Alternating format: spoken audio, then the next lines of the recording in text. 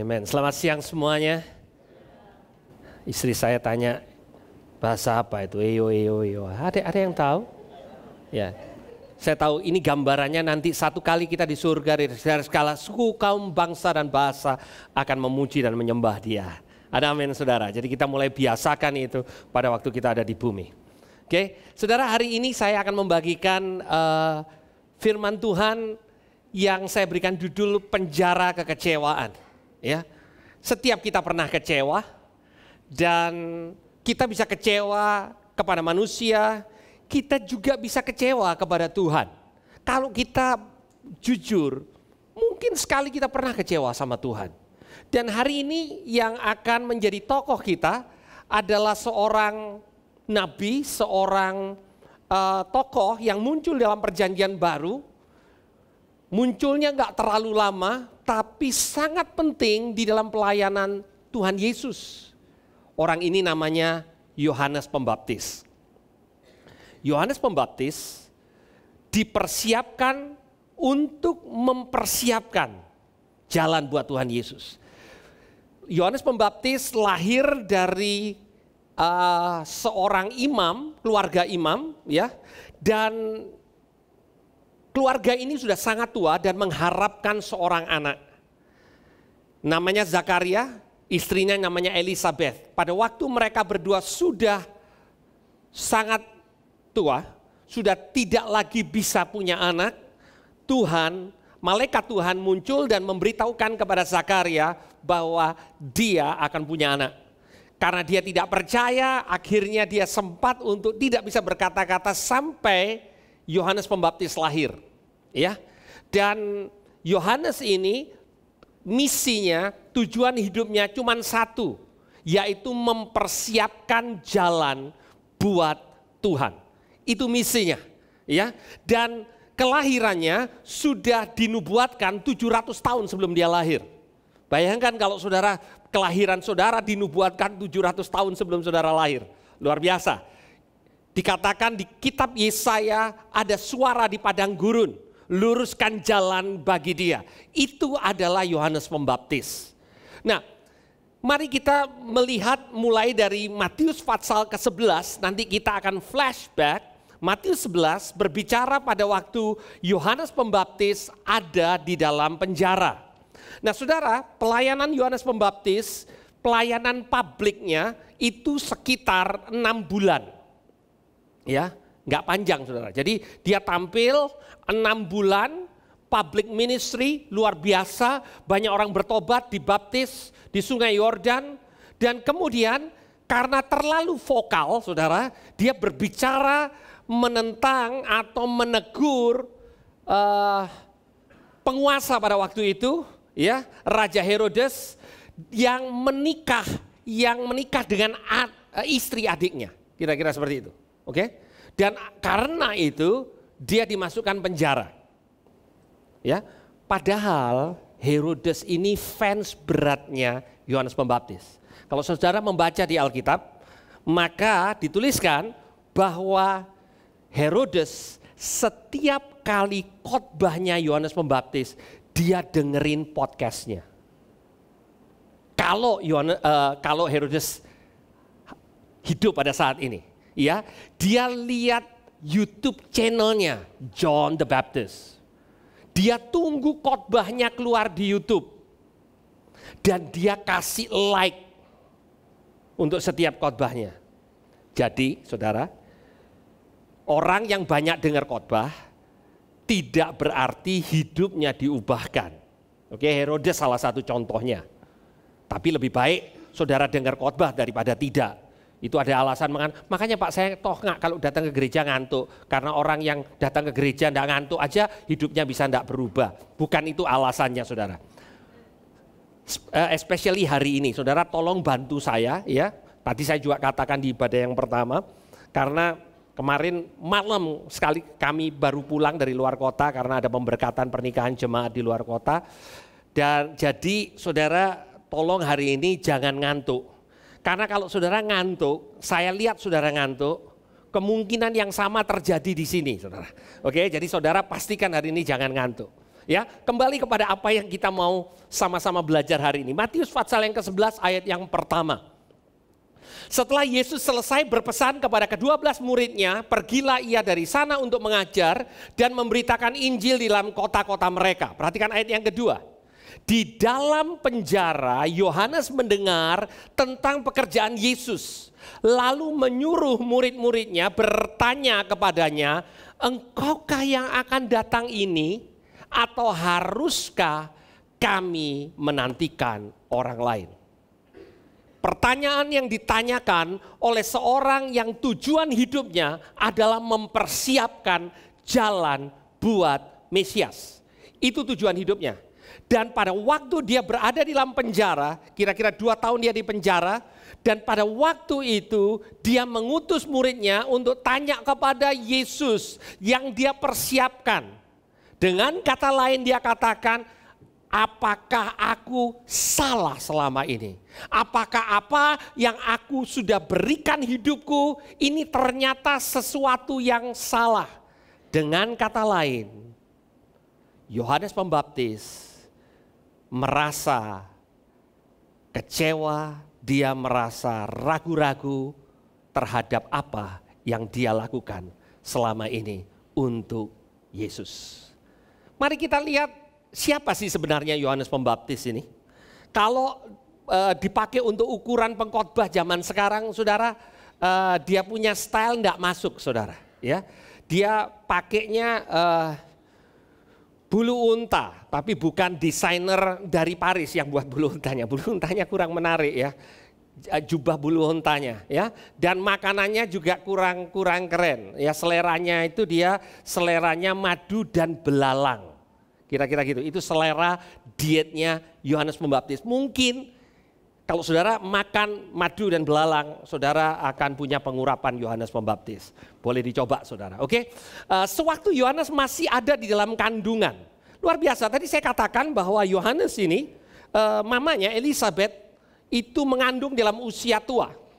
Pada waktu mamanya sudah mengandung, ada peristiwa yang terjadi ya di sebuah kota kecil yang namanya Bethlehem, di mana Maria yang masih remaja mendapatkan pesan dari malaikat bahwa dia akan mengandung. Dan setelah dia mengandung, dia pergi ke rumah kerabatnya yang namanya Elizabeth untuk cerita, untuk berbagi. Oke? Ini 2 orang ibu, satunya ibu muda masih remaja ya. Yang satu sepertinya terlalu cepat, yang satunya kelihatannya terlalu lambat hamilnya, ketemu saudara. Ini kisahnya. Di situ ia masuk ke rumah Zakaria dan memberikan salam kepada Elizabeth. Dan ketika Elizabeth mendengar salam Maria, melonjaklah anak yang ada di dalam rahimnya dan Elizabeth pun penuh dengan Roh Kudus. Saudara bayangkan, luar biasanya Yohanes Pembaptis. Dia bisa tahu bahwa bayi yang ada di dalam kandungan Maria itu bayi spesial. Dan dia tahunya pada waktu dia juga masih dalam kandungan. Jadi ini Yohanes Pembaptis ini peka sejak di dalam kandungan saudara. Ini satu-satunya peristiwa di dalam Alkitab di mana seorang bayi yang ada di dalam kandungan itu bisa ngenalin bayi yang lain yang juga masih dalam kandungan. Dan bukan hanya itu, dia nendang-nendang saudara. Ya, luar biasa. Jadi Yohanes Pembaptis ini diurapi Tuhan sejak dia dalam kandungan. Special baby. Oke? Pengenalannya akan Yesus dimulai sejak jauh sebelum dia lahir. Oke? Kita lanjutkan. Gimana dengan pelayanannya saudara? Yohanes Pembaptis mengerti porsinya. Dia tidak berusaha untuk mengambil alih atau berusaha untuk jadi hebat seperti Yesus. Dia tahu bahwa tujuannya adalah mempersiapkan jalan. Itu sebabnya di dalam Yohanes pasal yang pertama, pada waktu orang bertanya kepada dia apakah dia Mesias, ini yang dia katakan. Akulah suara orang yang berseru di padang gurun, luruskanlah jalan Tuhan. Seperti yang dikatakan Nabi Yesaya. Aku bukan Mesias, aku mempersiapkan jalan untuk Mesias. Kira-kira itu yang dia katakan. Yohanes menjawab mereka pula di ayat yang ke-26, aku membaptis dengan air. Tetapi di tengah-tengah kamu berdiri dia yang tidak kamu kenal. Dan dia yang datang kemudian daripadaku, membuka tali kasutnya pun aku tidak layak. Jadi kembali, dia tahu siapa dia tahu siapa Yesus. Dan ketika ia melihat Yesus lewat, ia berkata, lihatlah anak domba Allah. Di dalam Matius dikatakan pada waktu dia katakan ini, dia katakan, lihatlah anak domba Allah yang menghapus dosa dunia. Ya, kedua murid itu mendengar apa yang dikatakannya, lalu mereka pergi mengikut Yesus. Jadi, saudara, Yohanes pada waktu itu ngetop duluan, kira-kira gitu. Yesus belum memulai public ministry, Yohanes sudah. Dia punya murid-murid dan dua orang muridnya pergi meninggalkan Yohanes mengikut Yesus. Siapa mereka, saudara? Salah seorang dari keduanya yang mendengar perkataan Yohanes lalu pergi mengikut Yesus adalah Andreas, saudara Simon Petrus. Andreas mula-mula bertemu dengan Simon saudaranya dan ia berkata kepadanya, kami telah menemukan Mesias. Jadi saudara, ini sejarah di mana murid daripada Yohanes Pembaptis pindah jadi murid Yesus. Jadi kalau ada orang mau pindah dari satu life group ke life group lain, ya enggak apa-apa saudara. Oke, karena itu bukan murid saudara, pemimpin life group, tapi itu muridnya Yesus. Kalau bahkan saya mengatakan kalau saudara merasa satu kali ada waktu di mana saudara perlu berada dalam jemaat lain, ya, bukan karena sakit hati dan lain sebagainya, tapi saudara merasa ini saatnya, hey, feel free, oke? Karena saudara ini jemaatnya Tuhan Yesus. Sekarang berada dalam keluarga rohani yang namanya Every Nation Surabaya, oke? Yohanes Pembaptis is so secure. Muridnya datang sama Yesus, dia bilang gini, my goodness, saya bisa kehilangan popularitas nih. Dulu muridku banyak nih, sekarang tambah nyusut gara-gara ada yang lebih hebat, namanya Yesus. Gimana nanti kalau pindah semua? Nggak ada saudara ayatnya kayak begitu. So Yohanes Pembaptis ini luar biasa. He's so secure. Bahkan dia memberikan kesimpulan dengan mengatakan, ia harus makin besar, tetapi aku harus makin kecil. Seringkali filosofi kita, ia harus makin besar dan aku bersama-sama besar dengan dia. Iya apa iya saudara? Tapi Yohanes Pembaptis mengatakan dia harus makin besar dan aku harus makin kecil. Di dalam Matius pasal yang ketiga, saudara akan mendapatkan gambaran yang lain. Kita melihat ini dari Yohanes. Di Injil Matius juga ditunjukkan pelayanan awal dari Yohanes Pembaptis, saudara. Dan kita melihat sisi yang lain, kita lihat apa yang Yohanes Pembaptis khotbahkan. Apa topik utama khotbahnya? Ya. Apa yang disampaikan, apa yang sering didengar sama Herodes, saudara. Ya toh, kalau ini topik utama khotbahnya, Herodes pasti dengerin ini, saudara. Ini topik utama. Pada waktu itu tampillah Yohanes Pembaptis di padang gurun Yudea dan memberitakan, bertobatlah sebab kerajaan Allah sudah dekat. Pada waktu itu dia membaptis banyak orang, kemudian orang Farisi mulai datang. Dan dia katakan ini orang tiba-tiba populer, khotbahnya tidak di gedung bagus tadi, tapi di padang gurun yang panas, orang kok datang, orang Farisi datang, kemudian sambutannya luar biasa, bukan yang terhormat. Para orang Farisi dikatakan, hai engkau keturunan ular beludak. Waduh, luar biasa saudara. Ya, jadi itulah gayanya Yohanes Pembaptis. Dia tidak peduli siapa yang hadir, oh yang kalau perlu disikat sama dia, kira-kira gitu saudara ya. Dan dia begitu keras, dan dia katakan begini, tentang Mesias, tentang Yesus. Dia katakan alat penampi sudah ada di tangannya. Ia akan membersihkan tempat pengirikannya dan mengumpulkan gandumnya ke dalam lumbung. Tetapi debu jerami itu akan dibakarnya dalam api yang tidak terpadamkan. Kalau saudara membaca seluruh khotbahnya di Matius pasal yang ketiga, isinya adalah bertobat kalau tidak neraka. Bertobat kalau tidak neraka. Yesus akan datang dan akan memisahkan antara domba dan kambing. Kira-kira itu gambarannya. Murka Allah atas dosa manusia. Oke? Itu yang dilakukan oleh Yohanes Pembaptis. Kembali kepada cerita kita, Matius pasal yang 11. Di dalam penjara, Yohanes mendengar tentang pekerjaan Kristus. Lalu yang menyuruh murid-muridnya bertanya kepadanya, engkaukah yang akan datang? Atau haruskah kami menantikan orang yang lain? Saudara, untuk seorang yang sudah punya pengenalan akan Mesias, akan Yesus sejak dia ada dalam kandungan. Bukankah pernyataan ini adalah pernyataan yang membuat kita bertanya-tanya? Kok bisa levelnya Yohanes Pembaptis tanya pertanyaan ini? Dengan kata lain, kalau Yohanes Pembaptis kadang bisa ragu dalam hidupnya, tidakkah juga dalam kehidupan kita?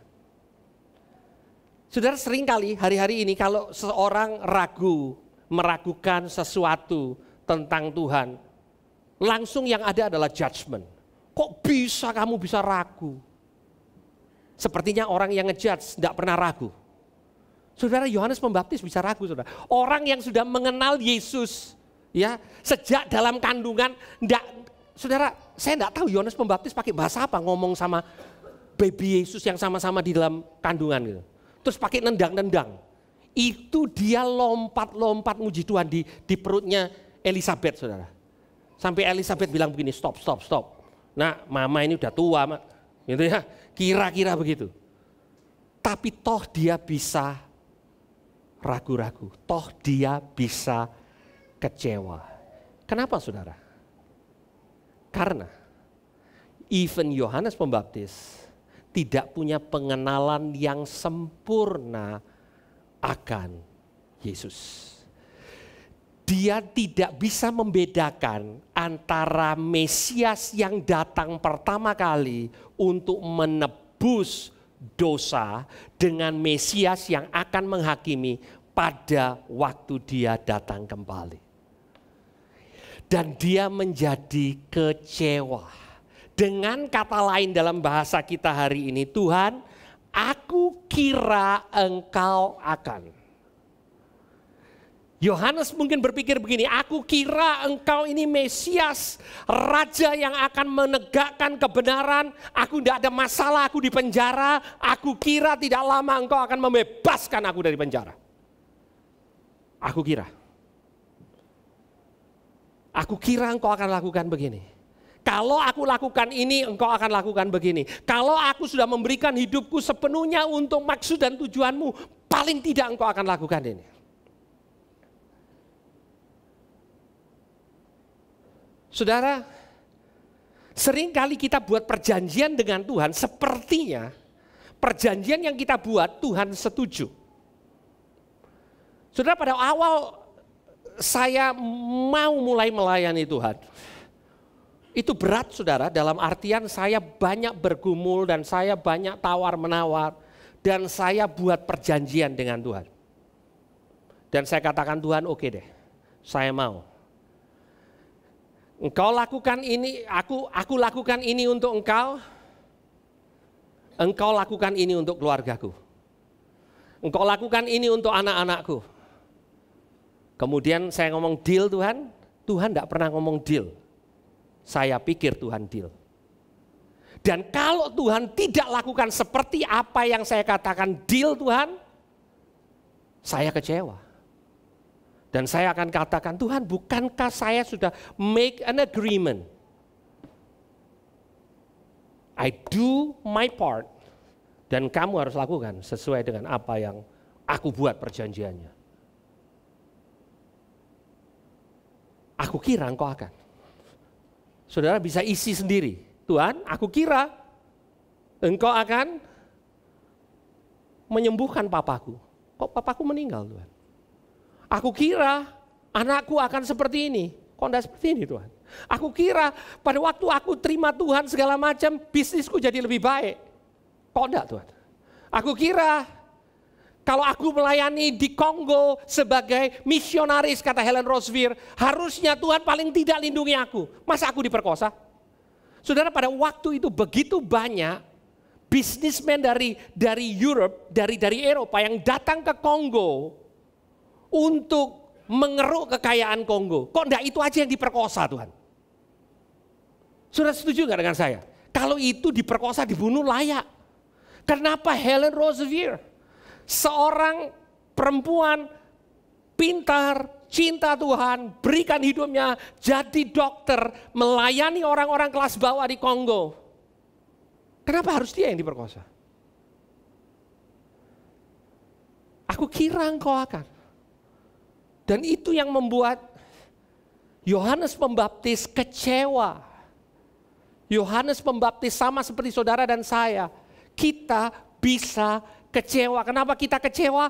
Karena kita tidak sepenuhnya mengerti akan rencana Tuhan. Kita nggak punya pemahaman akan Tuhan yang komplit, saudara. Kita kira kalau kita lakukan ini, Tuhan punya kewajiban untuk lakukan itu. Ayat yang keempat, Yesus menjawab mereka, pergilah dan katakan kepada Yohanes apa yang kamu dengar dan kamu lihat.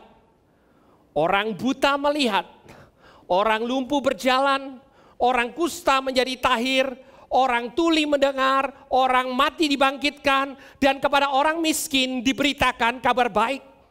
Saudara, apa yang Yesus katakan ini semuanya tercatat di kitab Yesaya. Artinya Tuhan Yesus memberitahukan kepada murid-murid Yohanes, mengetahui Yohanes tahu, Yohanes hafal, Yohanes ngerti kitab Yesaya, saudara.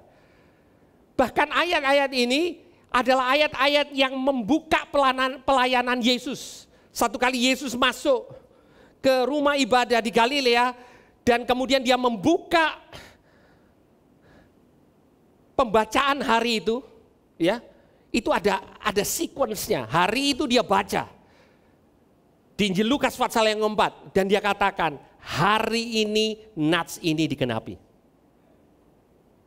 Kembali Yesus ingin mengingatkan kepada Yohanes Pembaptis, aku ini Mesias, aku melakukan apa yang harus aku lakukan, cuman pengertianmu tidak lengkap. Yang diharapkan oleh Yohanes Pembaptis adalah alat penampi ada di tangannya. Dia berpikir, my goodness, kapan Herodes ini akan menuai apa yang dia tabur?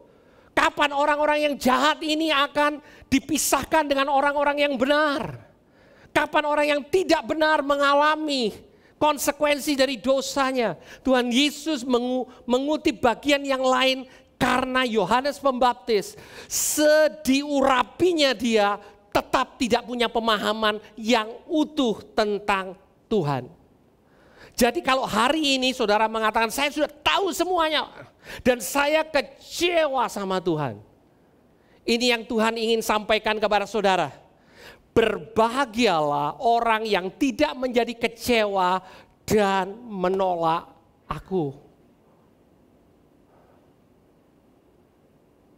Saudara,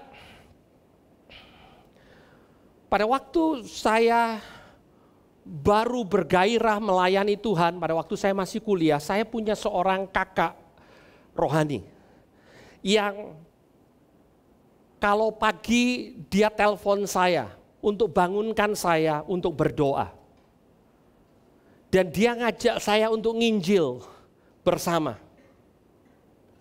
Saya masih ingat, saya punya gambaran tentang sosok yang saya katakan ini pahlawan, saudara.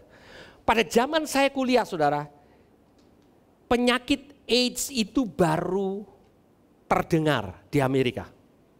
Orang takut pada waktu itu begini saudara. Di koran kampus dikatakan ada salah seorang siswa yang mengidap AIDS. Ya, kita berusaha untuk cari siapa dia. Wow, pada waktu itu masih belum tahu penularannya gimana. Oh, kita takut. Ya. Dan saya masih ingat satu kali kami berdua, ya, kami orang Asia, dia orang Indonesia, saudara. Ya, kami berdua keliling kampus, saudara. Kemudian kami duduk dan minta izin seorang yang duduk sendirian. Kami datang dan dia mulai share. Dan saya masih ingat, saudara. Pada waktu itu orang yang kami share mulai cerita tentang hidupnya. Dan dia katakan, saya HIV positif. Dan saya masih ingat respon dari teman saya ini. Dia berdiri, pada waktu itu masih belum banyak orang tahu tentang AIDS. Pokoknya AIDS itu mematikan, menghebohkan, mungkin dengan dengan pandangan mata mungkin bisa menular. Saya takut saudara, begitu dia ngomong AIDS, saya berpikir, oh Tuhan, darah Yesus proteksi. Sudah tahu apa yang dia lakukan? Dia berdiri dan dia peluk orang itu. Saya katakan, Tuhan tolong teman saya ini. Dan orang itu nangis, saudara. He's my hero. Saya pulang ke Indonesia, saudara. Saya bertemu dengan dia. Dia mulai lontarkan statement. Tuhan itu kayak begini, Ben. Tuhan itu enggak segini. Saya mengatakan, di mana iman yang saya pernah tahu pada waktu kami kuliah sama-sama? Di mana? Karena dia kecewa, saudara. Pada waktu dia kembali, dia menemukan komunitas yang tidak sempurna dan tidak ada komunitas sempurna. Dan itu membuat dia kecewa. Ini adalah awal-awal saya mulai melayani di Surabaya. Saya berharap saya ketemu dia kasihin semangat dan mengatakan, way to go, come on. Tapi saya mendapatkan perkara yang totally different. Dia kecewa. Dan saya sadar kalau Yohanes Pembaptis bisa kecewa, kakak rohani saya bisa kecewa, dan saya bisa kecewa, saudara bisa kecewa. Saudara, kekecewaan bisa Tuhan pakai untuk membawa saudara naik dalam kedewasaan rohani, dalam pengenalan saudara akan Tuhan. Tetapi kekecewaan yang sama, iblis juga bisa pakai untuk membuat saudara menolak dia. Yohanes Pembaptis kecewa. Saudara kecewa, saya kecewa. The problem, masalah utamanya bukan apakah kita kecewa. Masalah utamanya apa yang kita lakukan pada waktu kita kecewa. Berbahagialah orang yang tidak menjadi kecewa dan menolak. Saudara bisa menjadi kecewa tapi tidak menolak Tuhan. Helen Roseveare dalam waktu dia kecewa, dia melihat kepada salib. Artinya saudara, di dalam kehidupan kita, perjumpaan kita dengan Tuhan bukan hanya terjadi pada waktu kita terima Tuhan Yesus.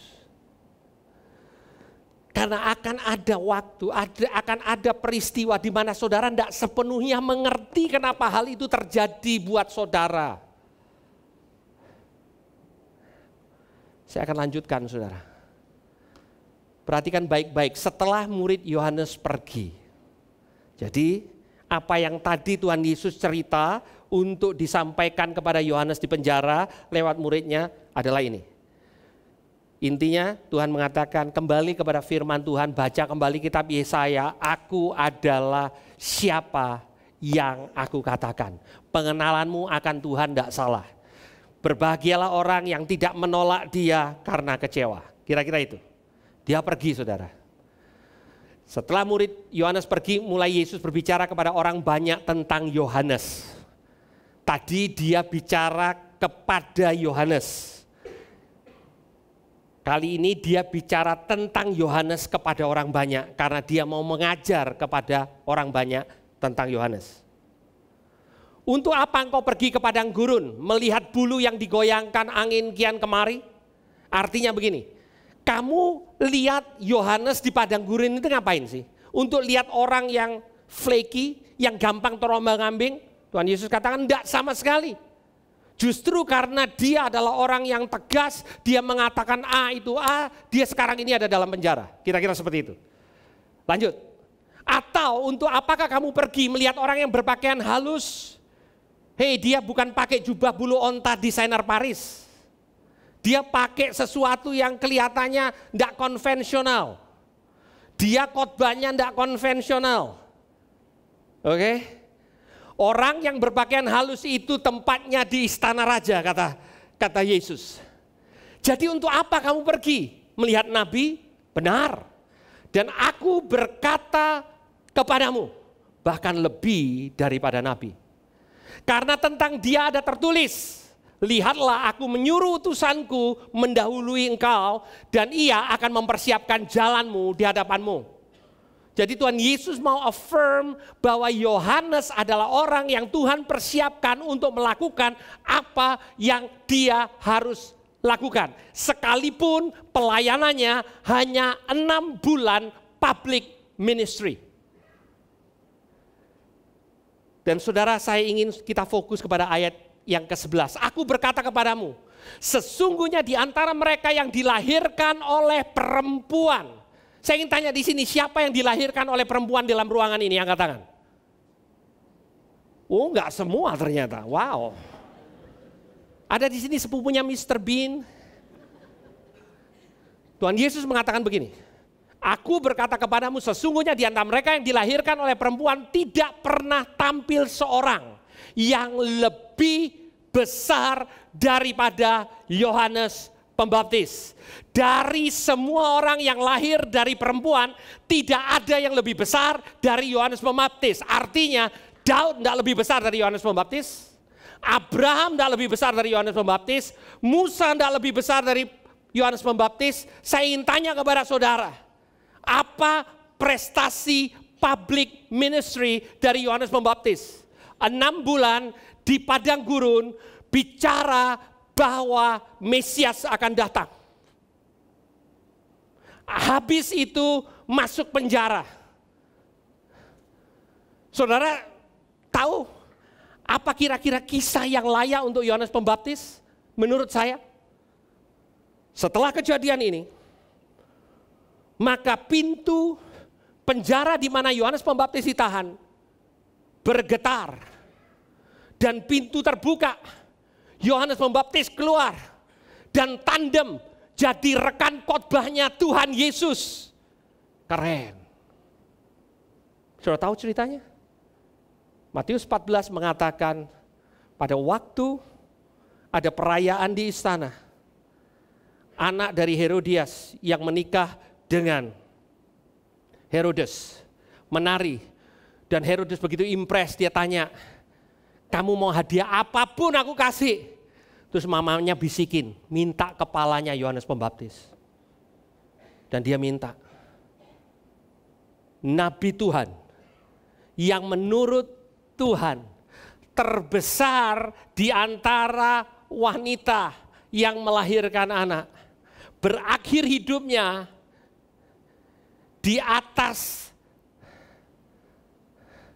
baki, kepalanya dipenggal, jadi tontonan. Dan kita mengatakan, what a failure. Harusnya kalau dia besar, dia berakhir lebih baik dari itu. Tidakkah saudara lihat bahwa kita punya standar yang berbeda untuk melihat keberhasilan seseorang?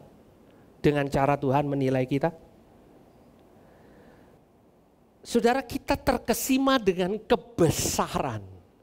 Mulai dari sesuatu yang sifatnya jasmani, kalau saudara mau jadi kesaksian, saudara harus jadi yang terbesar di bisnis saudara, semua orang harus kenal saudara, dan demikian kalau di pelayanan semua orang harus kagum dengan saudara, semua yang saudara khotbahkan itu dapat like yang begitu banyak, tidak ada yang salah dengan itu. But that's, saudara, Kalau Yohanes Pembaptis harusnya lebih banyak khotbahnya di padang gurun. Supaya podcastnya bisa lebih banyak, saudara. Harusnya Tuhan bebaskan dia supaya dia khotbah lagi.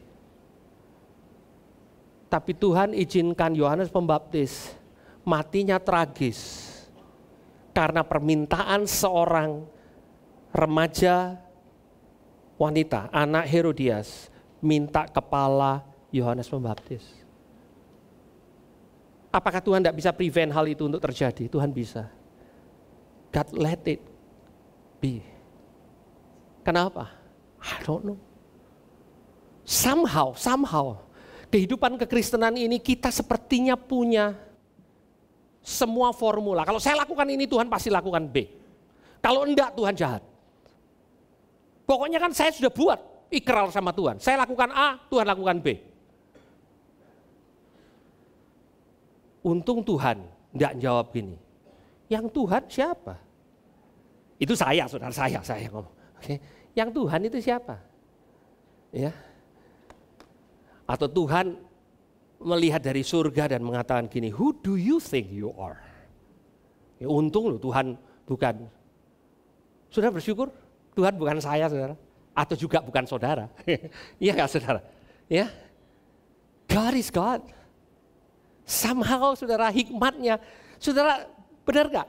Kalau saya jadi penasihatnya Tuhan Yesus, saya bilang, Tuhan Yesus, ini loh skenario yang lebih baik. Kita buat mujizat di penjara, kita bisa reach Herodes, kita bisa reach banyak orang, kita buat semuanya, kita buat KKR di penjara. Yang khotbah Yohanes Pembaptis, langsung baptisan di penjara. My goodness, Tuhan dimuliakan. Benar gak, saudara? Ternyata jawabannya tidak. Are you okay with that? Apakah kita oke dengan itu, saudara? Pada waktu kita berpikir harusnya begini, begitu, dan Tuhan katakan tidak. Is he still God? Apakah dia tetap Allah? Apakah dia tetap baik pada waktu saudara tidak sepenuhnya mengerti? Saudara, masalahnya bukan apakah kita pernah kecewa. Mungkin hari ini saudara datang, saudara menyimpan kekecewaan. Saya menyimpan kekecewaan. Saya tidak mengerti apa yang Tuhan sedang lakukan. Saya pikir begini, kenapa begitu? Tapi Tuhan ingin beritahukan kepada setiap kita, He is still God and He is sovereign. Minggu yang lalu saya mendengarkan YouTube dari khotbah yang disampaikan Pak Agus. Siapa yang minggu lalu datang? Oke, siapa yang dengarkan khotbahnya Pak Agus? Siapa yang diberkati? Ya, saya diberkati, saudara. Dan ada satu kisah yang saya nggak lupa. Dia cerita tentang kekecewaan kecil yang nggak pernah dibereskan. Kekecewaan bisa membuat saudara berada dalam penjara atau bisa membuat saudara semakin bertumbuh di dalam Tuhan. Pada waktu saudara beriman, bukan berarti semua keadaan jadi seperti yang saudara inginkan. Tapi saudara mengatakan, Tuhan, kalaupun saya tidak mengerti, saya tetap percaya Engkau baik. Regardless. That's faith. Itu iman di dalam Kristus. Saya percaya hari ini setiap kita punya pertanyaan tentang perjalanan iman kita. Saudara mungkin sudah lakukan apa yang sudah bisa lakukan. Claim it. Ditengking, dipercaya. Saudara lakukan semua yang sudah bisa lakukan. Orang yang saudara kasih sakit kok meninggal. Orang yang seharusnya mendukung saudara kok enggak mendukung saudara. Orang yang mestinya ngasih semangat kok enggak ngasih semangat. Keadaan yang harusnya saudara pikir setelah ini itu kok enggak terjadi. It can break you or make you. Tuhan pakai hal itu untuk membuat saudara masuk dalam panggilanmu. Iblis akan buat hal yang sama untuk saudara kecewa dan menolak dia. Hanya anugerah Tuhan yang sanggup untuk membuat saudara sembuh dari kekecewaanmu dan mengatakan, Tuhan, Engkau tetap Tuhan, apapun yang terjadi dalam hidup saya. Mari kita berdoa. Terima kasih Tuhan untuk firman-Mu. Kami tahu setiap kami, kalau kami jujur, kami pernah tidak mengerti akan jalan-jalan-Mu. Kami pikir Engkau seperti ini. Bahkan mungkin kami diberitahu bahwa kalau kami lakukan ini, maka Engkau akan lakukan itu. Sepertinya kehidupan mengikut Engkau itu pakai rumus. Kami masukkan rumus, kami tahu hasilnya. Tapi ternyata Tuhan, kehidupan kami tidak seperti dengan rumus yang kami anggap benar. Dan kami shock. Yohanes Pembaptis shock karena dia pikir Yesus sebagai Mesias akan melakukan apa yang dianggap oleh dia harus dia lakukan. Alat penampi ada di tangannya. Dia akan memisahkan gandum dan lalang. Dia akan membakar lalang. Sisa yang gandum. Dia pikir sangat berbeda, end up hidupnya dalam penjara. Tuhan berkehendak lain, saudara. Mengapa? Enggak ada formulanya. Untuk Petrus dalam penjara Tuhan bebaskan. Untuk Yohanes Pembaptis yang lebih besar dari semua yang dilahirkan oleh wanita, Tuhan izinkan dipancung. Why? I don't know. Saya tidak tahu, saudara. Saya tidak terlalu pintar untuk tahu semua. Dan demikian juga saudara. Pada waktu engkau tidak bisa mengerti, kata Helen Roseveare, pandang kepada salib Kristus. Yes.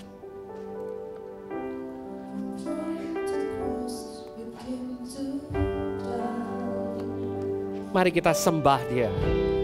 Come for throne to bring you light.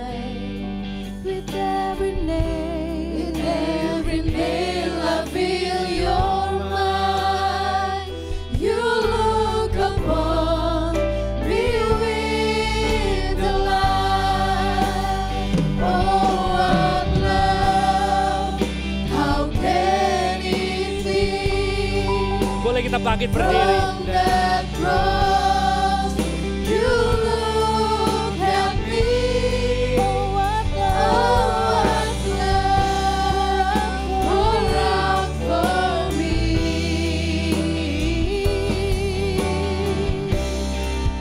What a beautiful love. Oh, what love, how can it be? From that cross, you look at me. Oh, what love just poured out for me.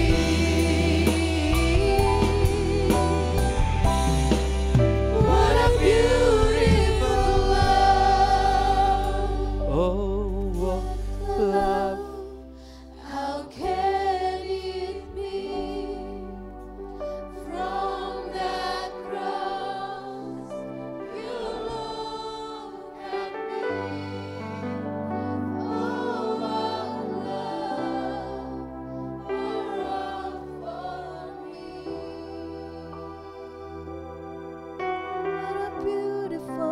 What a beautiful love. Saudara, saya berpikir, kalau saja Tuhan Yesus memanggil murid Yohanes Pembaptis dan mengatakan, tolong kasih tahu Yohanes Pembaptis, dari semua yang dilahirkan dari wanita, Yohanes Pembaptis yang terbesar. Saya pikir, bukankah itu akan menguatkan Yohanes Pembaptis? Kembali, itu saya pikir. Tapi Tuhan Yesus hanya mengatakan kepada suruhannya, kasih tahu Yohanes Pembaptis, baca kembali kitab Yesaya, bandingkan dengan apa yang aku lakukan. Dan beritahukan kepada orang lain, Yohanes Pembaptis itu yang paling top. Itu cara Tuhan, saudara. Saudara, dan kita kadang begitu pengen orang melihat kepada kita dan mengatakan, kamu paling top di bisnismu.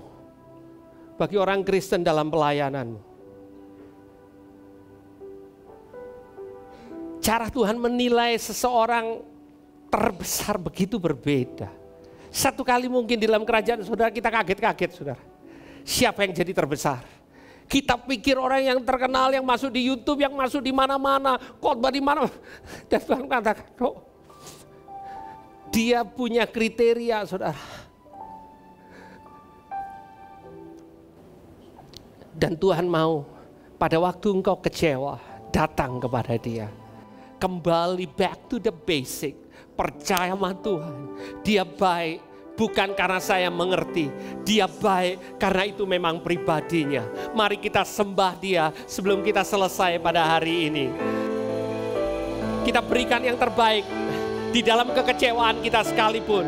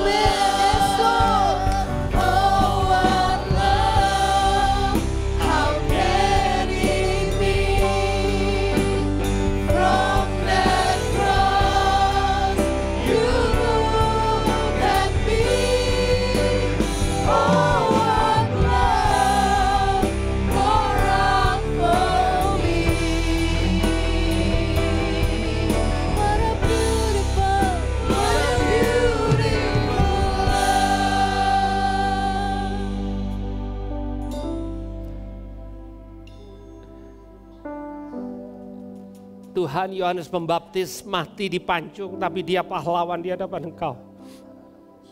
Mungkin dia tidak mengerti. Saya berimajinasi pada waktu dia akan mengakhiri hidupnya. Mungkin pada waktu itu Tuhan datang, Roh Kudus datang dan mengatakan, well done my good and faithful servant. Tidak ada orang tahu, tidak ada tepuk tangan dari banyak orang. Tapi pada waktu dia kembali ke rumah Bapa, dia disambut dengan luar biasa. Which one do we want?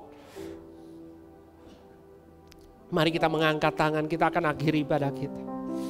Dalam keterbatasan kami untuk mengerti hikmat-Mu, dalam keterbatasan kami untuk mengenal Engkau Tuhan.